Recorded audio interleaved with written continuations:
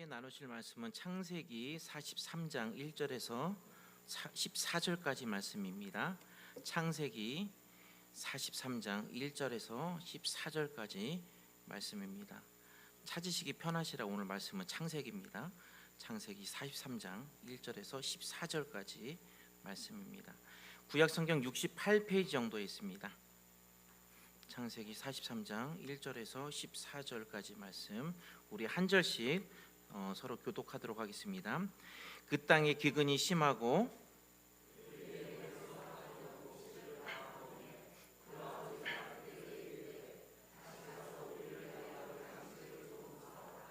유다가 아버지에게 말하여 이르되 그 사람이 우리에게 엄히 경고하여 이르되 너희 아우가 너희와 함께 오지 아니하면 너희가 내 얼굴을 보지 못하리라 하였으니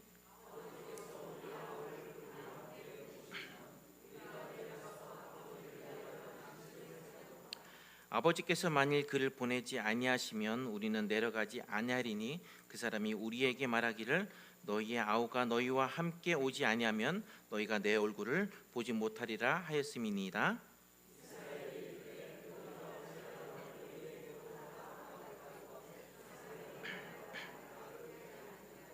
그들이 이르되 그 사람이 우리와 우리의 친족에 대하여 자세히 질문하여 이르기를 너희 아버지가 아직 살아계시느냐 너희에게 아우가 있느냐 하기로 그 묻는 말에 따라 그에게 대답하는 것이니 그가 너희의 아우를 데리고 내려오라 할 줄을 우리가 어찌 알았으리이까?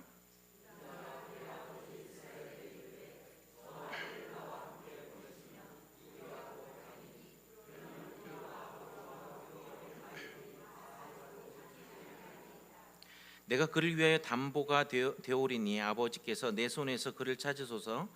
내가 만일 그를 아버지께 데려다가 아버지 앞에 두지 아니하면 내가 영원히 죄를 지리이다.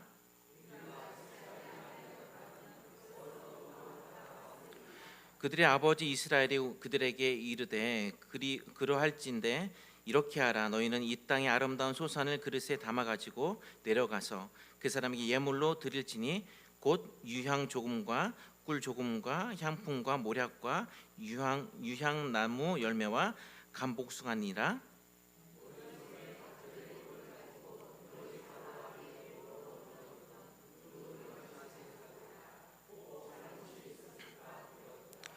내 아우도 데리고 떠나 다시 그 사람에게로 가라. 전능하신 하나님께서 그 사람 앞에서 너희에게 은혜를 베푸사 그 사람으로 너희 다른 형제와 남인을 돌려보내게 하시기를 원하노라. 내가 자식을 잃게 되면 이르리로다. 아멘. 가끔씩 예배의 순간에 있을 때에 하나님께서 우리와 늘 함께 계셔 동행하신다고 하셨는데 예배 순간에는 하나님께서는 어디에 앉아 계실까 또는 어디에 계실까라는 그런 생각을 생뚱맞는 생각을 하게 됩니다. 가끔씩 사역의 이제 시간에 막 쫓길 때도 있고요. 또 바쁘게 주일을 보낼 때가 있습니다. 그럴 때는요, 가끔 뒤에 앉아 있다 보면은 또는 앞에 이제 찬양인도 하다 보면은 이런 생각을 갖게 됩니다. 하나님 내 중심이 아니면 내 바로 앞에 또는 내 바로 옆에 나와 동행하시고 우리가 하는 어떤 사역과 찬양을 받아주시고 영광을 받아주셔야 되는데 마치 하나님께서 저기 구석에 계시는 것 같은 그런 마음이 들 때가 있어요.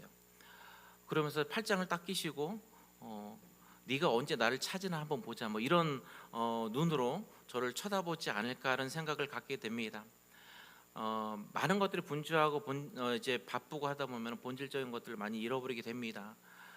우리 예배 드리는 시간 또 우리 삶 모두 다 전체 다 그렇지만은 특히 주일날에 교회에 나와서 하나님을 만나는 시간들의 이 시간의 본질적인 만남들은요 사실 하나님과의 만남이어야 되는에도 불구하고 우리 삶들은 어쩌면은 하나님과 동떨어진 마치 일처럼 느껴지는 그런 삶들을 혹시 살아가고 있지 않나라는 그런 마음을 갖게 됩니다. 아이들이 어렸을 때 참 가슴 아픈 말들을 가끔씩 합니다. 왜냐하면 어리니까 자기가 이 말을 하고 부모님이 상처받을 거라는 생각을 잘 안 하죠. 근데 가장 상처받는 일이 뭐냐면은 아빠 엄마 내가 언제 낳아달라고 했어 이 말이 그렇게 상처가 되더라고요. 내가 언제 낳아달라고 했냐고. 부모의 형편이 자식들이 원했던 생활의 어떤 모습과 달랐을 때에 하고 싶은 거 또는 사고 싶은 거, 갖고 싶은 것을 마음대로 갖지 못한 이 가정 형편 속에서 삶을 살아가는 아이들이 늘 불평하는 말입니다. 내가 언제 아빠한테 나를 낳아달라고 그랬어? 죽이지도 못하고 살리지도 못하는 그런 가슴 아픈 말을 가끔씩 하게 됩니다. 부모님은 그러죠. 자식들한테 더 해주고 싶은데 해주지 못하는 그 부모의 가슴 아픈 그 마음과 심정은 헤아리지 못하고 자신이 갖지 못하는 거에 대한 불평불만만 그렇게 얘기하게 됩니다. 그리고 요즘에는 이런 말이 유행한답니다. 여러분 이런 말 들어보셨습니까? 나음 당했다라는 얘기 들어보셨어요? 나음 당했다. 못 들어보셨나요? 저만 신세대인가요? 어쨌든 간에 저도 몇 달 전에 이 얘기를 나음 당했다는 얘기를 들어봤는데, 내가 태어나고 싶어서 난 세상이 아니라 부모님으로부터 억지로 나음을 당했다라는 이 비판적인 의미로 아이들이 자주 하는 말입니다. 내가 언제 낳아달라고 그랬어? 나는 나음을 당한 거야. 이런 마음으로 이제 얘기를 합니다. 가끔씩 주의종을 하고 나서 주님의 자녀로 살아가는 것이 뭐 저뿐만 아니라 여러분들 마찬가지고 고될 때가 있죠. 저도 이런 고백들을 가끔씩 하게 될 때가 있는데, 선택을 당했다라고 저는 가끔씩 생각하고 얘기를 할 때가 있습니다.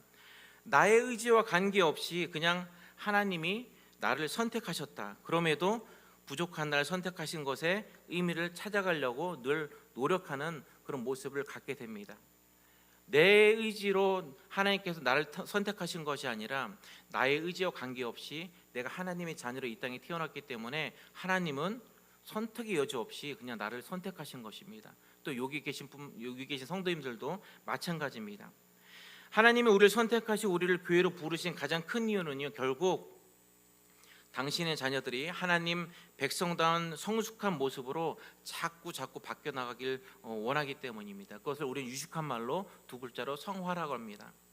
그래서 망하게도 하시고요, 또는 번영하게도 하시고 어떠한 방법으로든 우리를 자꾸 자라게 하십니다. 헤브록 명언에는 이런 얘기가 있습니다. 고통과 죽음은 인생의 한 부분이다. 따라서 그것을 거부하는 것은 인생 자체를 거부하는 것이다. 이런 얘기가 있습니다.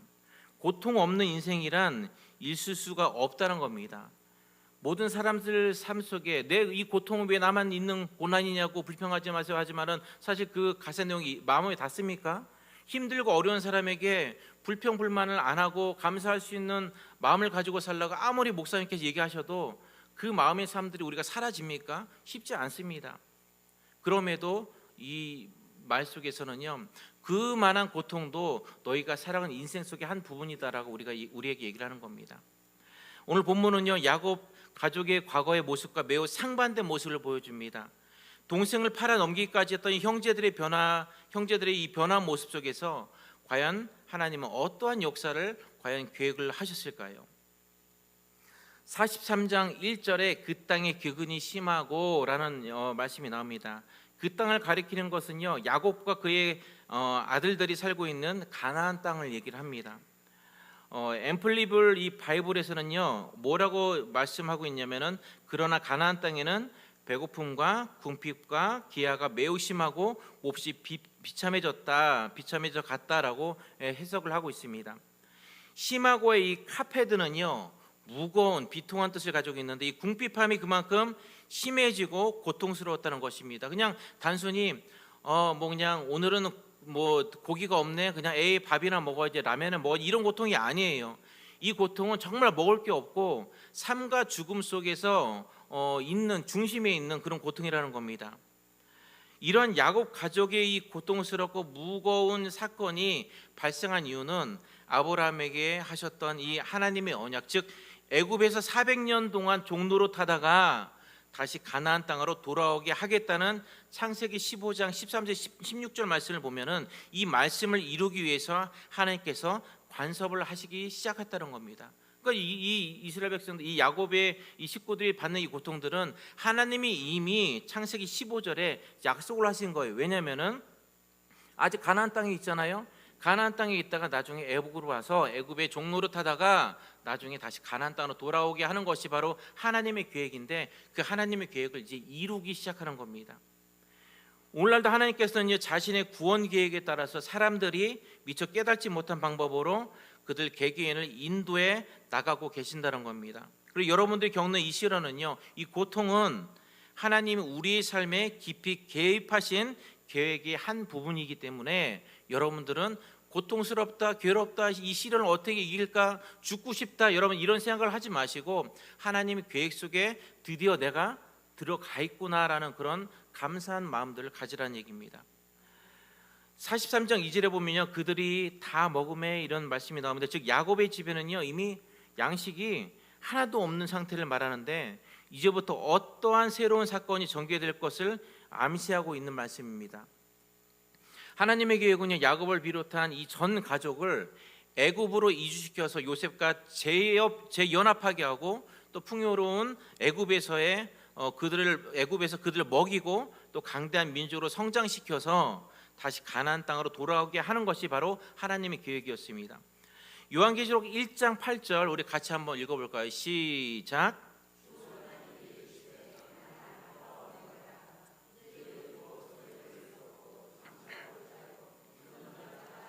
아멘. 우리 현재의 고통뿐만 아니라 우리의 미래까지 하나님은 너무나 잘 알고 계셔서 우리 미래 또한 하나님의 의지대로 이끌어 가시는데, 우리가 고난 가운데 해야 할 일은 현재의 고난과 문제를 염려하는 것보다 다시 주님께 돌아서는 것에 있다는 겁니다. 오늘 말씀 2절에 다시 가서라는 얘기는, 다시 가서, 이 다시 가서라는 이 말은 절박함이 담겨져 있는 겁니다. 그냥 다시 가서가 아니라 이제 내가 있는 이곳엔 소망이 없다, 이제 먹을 것도 없고 이제는 죽을 일만 남았다, 그래서 좀 다시 가자, 다시 가서, 이런 얘기를 하는 겁니다. 히브리어로 슈브라고 하는데 이 돌아서다라는 의미를 갖고 있는데, 우리는 자존심과 죽음을 각오하고 자신의 절박함으로 인해서 다시 하나님께 돌아가야 된다는 겁니다. 야곱은 이러한 절박함의 해결 방법이 아들들을 다시 애굽으로 돌려보내지 않고는 해결할 방법이 없다는 것을 너무나 잘 알고 있었습니다. 우리 현실이 절박함 속에 있다면요, 여러분 과감히 돌아설 줄도 알아야 됩니다. 여러분 힘듭니까? 어려웁니까? 여러분이 그냥 힘들고 어렵고 일어날 힘조차도 없다고 여러분 주저앉아 계시지 마시고 다시 하나님께로 돌아가려는 그런 의지가, 절박함이 여러분에게도 있길 원합니다. 가끔 지방을 가다가요, 운전을 막 한참 가다가 이제 고속도로를 타고 갈 때 너무 화장실을 가고 싶은 거예요. 작은 것도 아니 큰 거예요. 이러면 막 배에서 막 꾸럭 소리가 나고 이제 천둥이 치고 난리가 나는 거예요. 그럼 여러분 어디 가야 됩니까? 휴게소를 가야 되죠. 차를 갓길에 세워놓고 쌀 수는 없잖아요. 휴게소를 가야 됩니다. 휴게소 가서 화장실을 이제 찾아갑니다. 휴게소 화장실에 딱 들어가니까 화장실 문을 딱 여는 순간에 변기 뚜껑이 닫혀 있는 겁니다.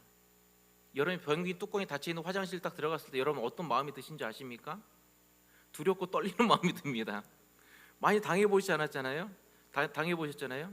화장실 뚜껑을, 이 변기 뚜껑을 열었을 때 내가 감당할 수 없는 그런 정말 엄청난 태풍과 같은 시련이 내게 올 수도 있는 겁니다. 여러분 몇 번 당하다 보니까 결국 이게 화장실 딱 들어갈 때 변기 뚜껑이 딱 닫혀 있으면은 이제 트라우마가 생기는 거예요. 이걸 열어야 되나, 딴 데 가야 되나. 근데 속에서는 부르렁거리고 정말 견딜 수 없는 그런 아픔과 고통이 이제 몰려오는데, 태풍처럼 몰려오는데, 옆에는 이미 다 찼고요. 다른 휴게소 가기에는 저에게 시간이 없는 겁니다. 언제 터질지 모르는 이 뱃속의 이 천둥과 같은 이 고난과 고통 속에서 결국은 절박함이 저에게 용기를 주는 거죠. 결국은 변기 뚜껑을 엽니다. 변기 뚜껑을 열었을 때 내가 그동안 당했던 어떤 고통과 고난이 똑같은 현상들이 일어났다면은 참 힘들겠지만은 그래도 운 좋게 깨끗한 변기를 대했을 때 저의 마음속에는 한켠에 안도감과 그리고 하나님의 은혜를 다시 한번 발견하게 됩니다. 작지만 화장실 변기에서 하나님 은혜를 발견하게 되는 거죠. 뭡니까? 그냥 우스갯소리로 여러분들 말씀드리지만은 사실 어떻게 보면 절박함들이 우리에게 용기를 가져다 주는 겁니다. 그래서 과감하게 뚜껑을 열게 되는 거죠. 야곱의 절박함은요 결국 하나님의 계획 안으로 들어가게 되는 계기가 결국 되는 겁니다. 43장 3절에 보면요, 요셉이 형들에게 엄히 경고하는 장면이 나오는데, 요셉의 이러한 태도는요 하나님의 뜻을 이루려는 그의 믿음의 태도에서 시작되는 겁니다. 더 이상 하나님의 뜻이 머물지 않는 이 가나안에서 지체하지 말고 하나님의 계시가 이루어질 땅 애굽으로 속히 오도록 경고를 누구를 통해서 하는 거냐면 요셉을 통해서 하나님이 하는 겁니다. 이때까지 이스라엘은요 큰 민족을 이루지 못했습니다. 형들과 아버지를 애굽으로 모시고 오려는 것은요 이후 큰 민족을 이루려는 하나님의 깊으신 뜻이라는 것을 요셉은 내다본 것입니다. 3절에 요셉이 자신에게 한 말을 인용하고 있는 이 유다의 말은 실제 요셉이 했던 말과 조금 다른 측면이 좀 있습니다. 요셉은 42장 18절과 20절에 이렇게 말을 하고 있습니다. 같이 읽어볼까요? 시작.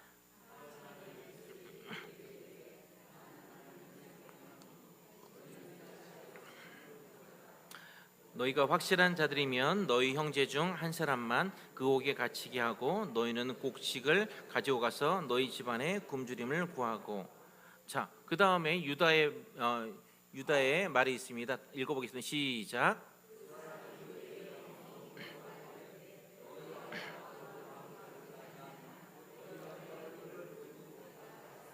아멘. 자, 보시면요 너희 형제 베냐민을 데리고 오면은 너희가 죽지 아니하리라는 뜻으로 말한 겁니다. 그런데 유다는요 아버지 야곱에게 이 이스라엘 총리가 이렇게 얘기했어요. 결코 양식을 얻지 못하리라라는 그런 의미로 전한 겁니다. 너희가 죽을 수도 있어. 너 베냐민 친구 너희 동생 안 데려오면 죽을 수도 있어라는 뜻을 결코 양식을 얻지 못하리라라는 그런 말을 좀 유화시켜서 얘기를 하는 겁니다. 왜냐하면 죽으리라라고 한 이 강한 언저로 요셉이 말을 그대로 아버지에게 전하게 되면은 아버지 보내겠습니까? 안 보낼 겁니다. 그래서 약한 표현으로 양식을 얻지 못할 거란 그런 말을 한 겁니다. 반면에 요셉은요 양식을 그들에게 주려고 이미 작정을 한 상태였고 오로지 베냐민을 데려오는 것이 요셉에게는 그 목적이었습니다. 이렇듯 자신의 목적에 따라 같은 말을 다르게 표현을 하기도 합니다. 6절에 주목할 부분은요 야곱의 이름이 이전 장과는 좀 틀리게 야곱으로 안 나오고요 그 다음에 뭐로 바뀝니까? 이스라엘로 바뀝니다. 하나님께서 지어주신 이스라엘이라는 이름이 사용된 것은요 이 본장의 내용이 여러분 읽었던 이 본장의 내용이 하나님과의 약속이 이루어지고 있다라는 특별한 의미를 부여하고 있는 겁니다. 단순히 그냥 이 뭐 굶주리고 해서 이루어진 게 아니라 고통을 당하고 있어서 이루어진 게 아니라 이 고통과 굶주림은 하나님께서 이미 너희에게 약속한 약속이 특별히 지금 벌써 이루어지고 있다는 것을 얘기하기 위해서 야곱을 이스라엘로 표현을 하고 있습니다. 본장의 이야기는요 이스라엘 민족 전체의 애굽 이주 문제와 관련된 것을 강조하기 때문에 애굽 이주가 인간 야곱의 계획에 의해서 실행된 것이 아니라 하나님과의 언약을 이루기 위한 하나님의 거룩한 섭리와 또 이스라엘의 순종으로 이루어진다는 사실을 알리기 위함입니다. 8절의 본문에는요 유다는 베냐민을 뭐라고 얘기하냐면은 저 아이라고 부르고 있습니다. 저 아이. 베냐민이라 부르지 않고요 저 아이로 부른 것은요 베냐민을 바라보고 있는 야곱의 심정이 아니라 야곱의 심정, 자기 유다의 심정이 아니라 아비 야곱의 입장에서 심정에서 유다가 베냐민을 바라보고 있기 때문에 저 아이라고 부른 겁니다. 솔로몬이 왕위에서 즉위해서 하나님께 기도했을 때 기록한 이 열왕기상 3장 7절을 우리 같이 한번 읽어보겠습니다. 시작.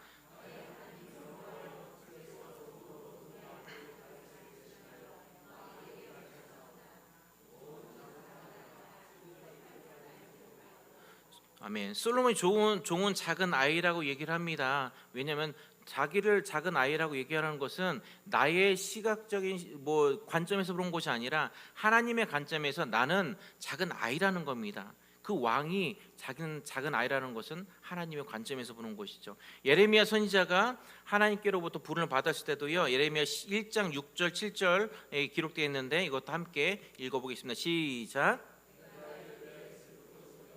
주 여호와의 보소서 나는 아이라 말을 할 줄 알지 못하나이다 하니 여호와께서 내게 이르시되 너는 아이라 말하지 말고 내가 너를 누구에게 보내든지 너는 가며 내가 내게 무엇을 명하든지 너는 말할지니. 아멘. 나는 아이라 말을 할 줄을 알지 못하나이다 라고 이렇게 얘기를 합니다. 하나님 입장에서 하나님의 관점에서 예레미야도 아이의 모습이었던 것입니다. 그들은 자기가 바라보는 자신의 모습이 아니라 하나님이 보시는 자신의 모습으로 하나님 앞에 나은 겁니다. 아무리 돈이 많은 사람도 하나님 앞에 작은 아이의 모습일 뿐입니다. 아무리 세상 밖에 힘이 센 사람일지라도, 권력이 있는 사람일지라도, 사람들이 볼 때는 권력이 많은 사람이라고 보일지 모르겠지만은 하나님 시각에서는 그 사람도 그냥 작은 아이일 뿐이라는 겁니다. 이것은요, 있는 그대로의 모습을 하나님께 보여드리는 것이고 하나님의 긍휼을 바라는 겸손한 자의 모습입니다. 이러한 모습은요, 오늘날 우리 성도들에게도 동일하게 나타나야 됩니다. 왜냐하면 성도들은 잠시라도 하나님의 보호와 도움이 없이는 살 수 없는 어린 아이와 같은 연약한 존재이기 때문입니다. 9절에는요, 아이비에게 정말 충심으로 호소를 하는 유다의 모습을 발견하게 됩니다. 유다의 설득이 계속되면요, 되면 될수록 유다의 충정 어린 호소는요, 결국 아버지의 마음까지 점점 움직이게 됩니다.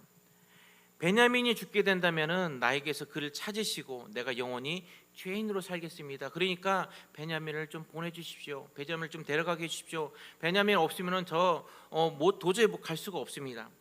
이런 고백은요, 가족을 살리기 위한 자신의 희생적인 발언이란 것입니다. 하나님은 이런 유다의 마음을 그냥 두지 않으시고 이 마음을 너무 사랑스럽게 보셔서 나중에 야곱이 임종 후에 큰 축복으로 유다에게 보상을 하게 되는데, 어떠한 축복을 받게 되는지 49장 8절에 10절 말씀 같이 읽어보겠습니다. 시작.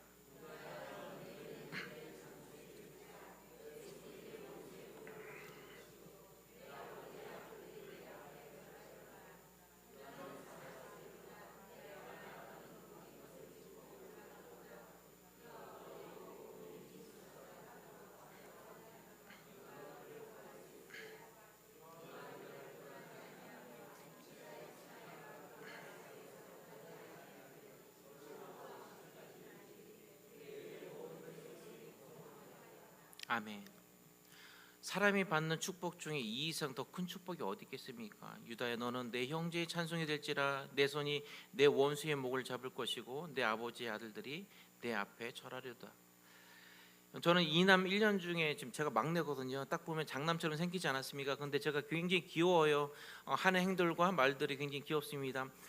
말뿐만 아니라 얼굴도 굉장히 귀여운 편입니다. 그래서 많은 사람들의 사랑을 많이 받게 되는데, 이남 1녀 중에 막내로 자라다 보니까 늘 집에서 어렸을 때는, 지금은 아니지만은 어렸을 때는 귀여움을 좀 많이 받기도 했지만은 막내기 때문에 무시도 많이 당했습니다. 네가 뭘 알아? 뭐 이렇게 무시도 많이 당했습니다. 그리고 저희 아버지는 옛날 분이세요. 뭐 대부분 다 마찬가지지만 옛날 분이시기 때문에 장남 우선주의의 어떤 삶들을 살아가시는 분이에요. 그러니까 장남한테 더 주고 장남을 더 챙겨주고, 거기다 이제 형이 입다가 이제 떨어질 만한 거, 이제 아니 안 맞는 거 그제서야 제가 물려받기도 하고 늘 그렇게 살았던 것 같아요.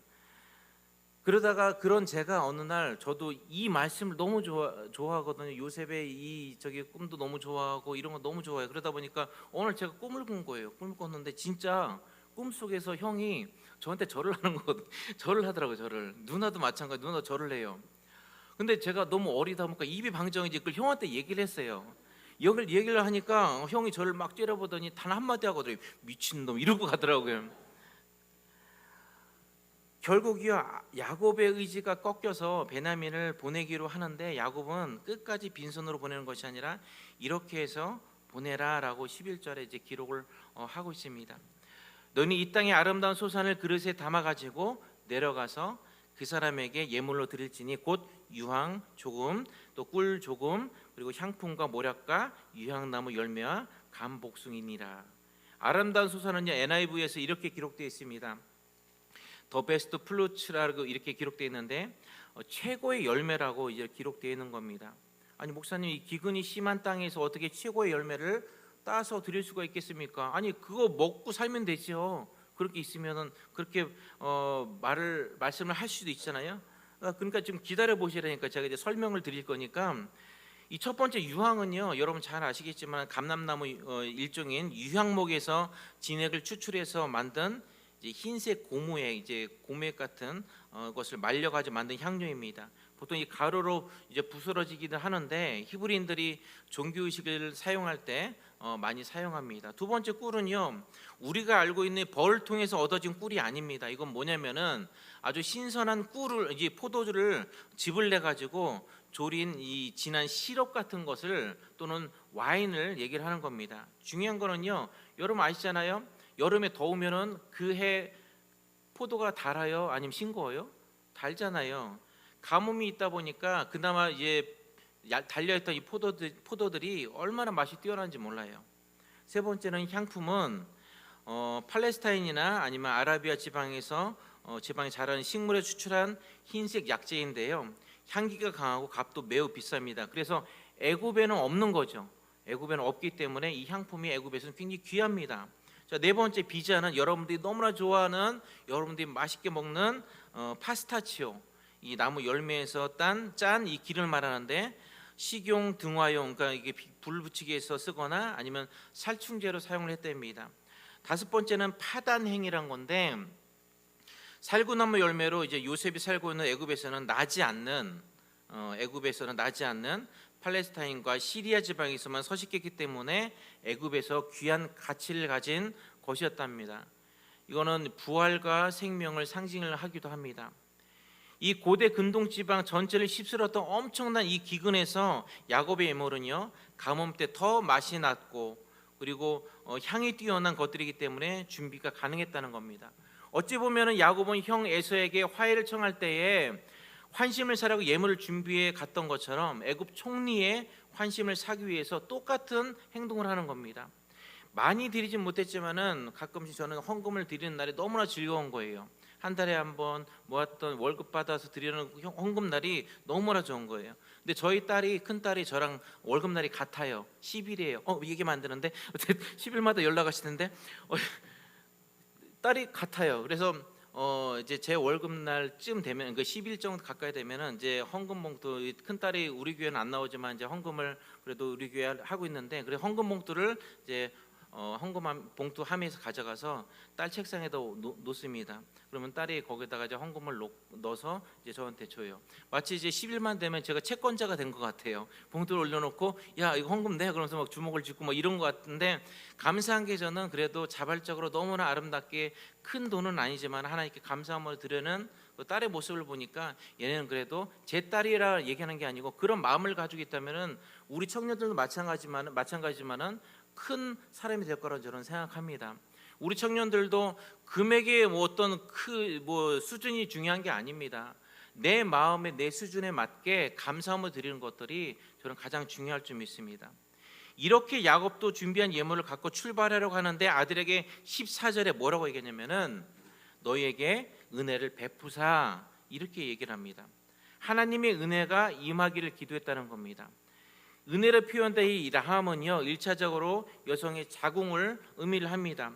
자궁이 인간에게 있어서는요, 존재의 근원이기도 하고요, 사랑과 은혜와 또 보호의 자리인 것처럼 은혜라는 라함은 자궁으로 해석하기보다는 긍휼과 자비로 해석을 하는 게 맞습니다.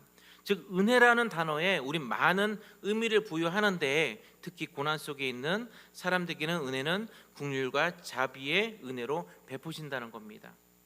마지막 14절은요, 야곱의 결기가 나옵니다. 그렇게 반대하던 막내 동생을 허락하고 나서 뭐라고 얘기합니까? 내가 자식을 잃게 되면 이르리라 라고 얘기를 합니다. 내가 자식을 잃게 되면 이르리라. 그런데 이 문장에 빠진 주어가 하나 있습니다. 한번 뭔지 찾아볼까요? KGV에는 이렇게 얘기를 하고 있습니다. 우리 마이크를 제가 우리 강도사님께 좀 드리고 싶은데 너무 멀어가지고요, 혹시 발음이 이상하거나 제가 잘못 읽거나 그러면은 뭐라 하지 마시고 얘는 배움이 짧으면 여기 있구나 이렇게 생각하시면 됩니다. if I be 벌리브 맞죠? 예, 벌리브 오브 마이 칠드런. 이 사이에 뭐가 빠졌냐면 이 KJV에는 IM이라고 이 단어가 들어가 있습니다. 그런데 우리 성경에는요, 이 IM 나는 나는 이 단어가 빠진 겁니다. 지역하면요, 내가 자식을 잃게 되면은 이르리라라고 뭐 이르리로다 이런 얘기가 우리 성경에 있지만은 그 사이에 지금 하면은 나를 넣기 전에 말씀은 내가 자식을 잃게 되면 할 수 없는 거 아니냐 이런 말씀을 해석할 수 있지만은 나를 넣게 되니까 어떻게 해석이 되면은 내가 자식을 잃게 되면 나도 살 수 없다라고 완전히 해석이 달라지게 됩니다. 아들들이 죽어도요 어쩔 수 없다라는 이 자포자기적 표현이 아니라요 자식을 잃게 되면은 나도 잃게 되는 것이다라는 이 절대적인 하나님에 대한 신뢰와 신앙의 결단을 하고 있는 겁니다. 우리 그리스도인도요 하나님 앞에 모든 삶에서 결코 수동적인 희생의 자세를 가져서는 안 됩니다. 여러분 하나님의 약속을 가진 사람이라면은 우리의 주권자 되시는 그분을 위해서 그 어떤 것이라도 단호히 바칠 수 있는 적극적인 희생의 자세를 우리는 가져야 된다는 겁니다. 마태복음 19장 29절 함께 한번 읽어보겠습니다. 시작.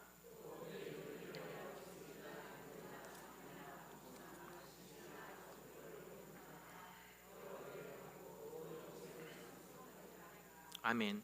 시련의 과정이 고되다고 하도요 피할 수 있게 해달라고 기도하는 것은요 모험이 없는 편안한 길 속에 성공을 바라는 여행과도 같습니다. 며칠 전 질문들이라는 프로그램에서 사회자가 이런 얘기를 합니다. 재벌이시니까 돈이 많으실 텐데 그냥 후원만 하셔도 사람들이 뭐라 하지 않을 텐데 굳이 칼을 잡아서 직접 요리까지 하면서 사람들을 섬기는 이유가 무엇입니까? 라고 전 두산 회장에게 이런 질문을 하게 됩니다. 그때 전 두산 회장이 던진 말 한마디가 정말 며칠 동안 가슴을 두근두근 거리게 했습니다. 뭐라고 했냐면은 그냥 돈만 보내고 후원만 하는 건 담장 너머로 먹을 걸 그냥 던지는 거야. 거지에게 던지는 거야 얘기를 합니다. 얼굴도 안 보고요. 그냥 던지는 거라고 얘기를 합니다. 그걸 다른 말로 바꿔보니까요. 우리가 주일 예배로 믿음 생활을 다 했다고 하는 거는요. 당장 너머에 있는 하나님께 우리의 사랑을 그냥 던지면서 표현한 것 같다는 그런 생각을 하게 됩니다. 요셉이 시련을 통해서 성숙해지고 또 야곱이 고난을 통해 하나님께 자신의 모든 걸 맡기며 또 성숙해졌던 것처럼 우리의 삶도 고난과 시련을 통해서 여러분 성숙해지고 반석 위에 믿음이 세워지는 놀라운 일들을 경험하게 될 줄로 여러분 믿습니다.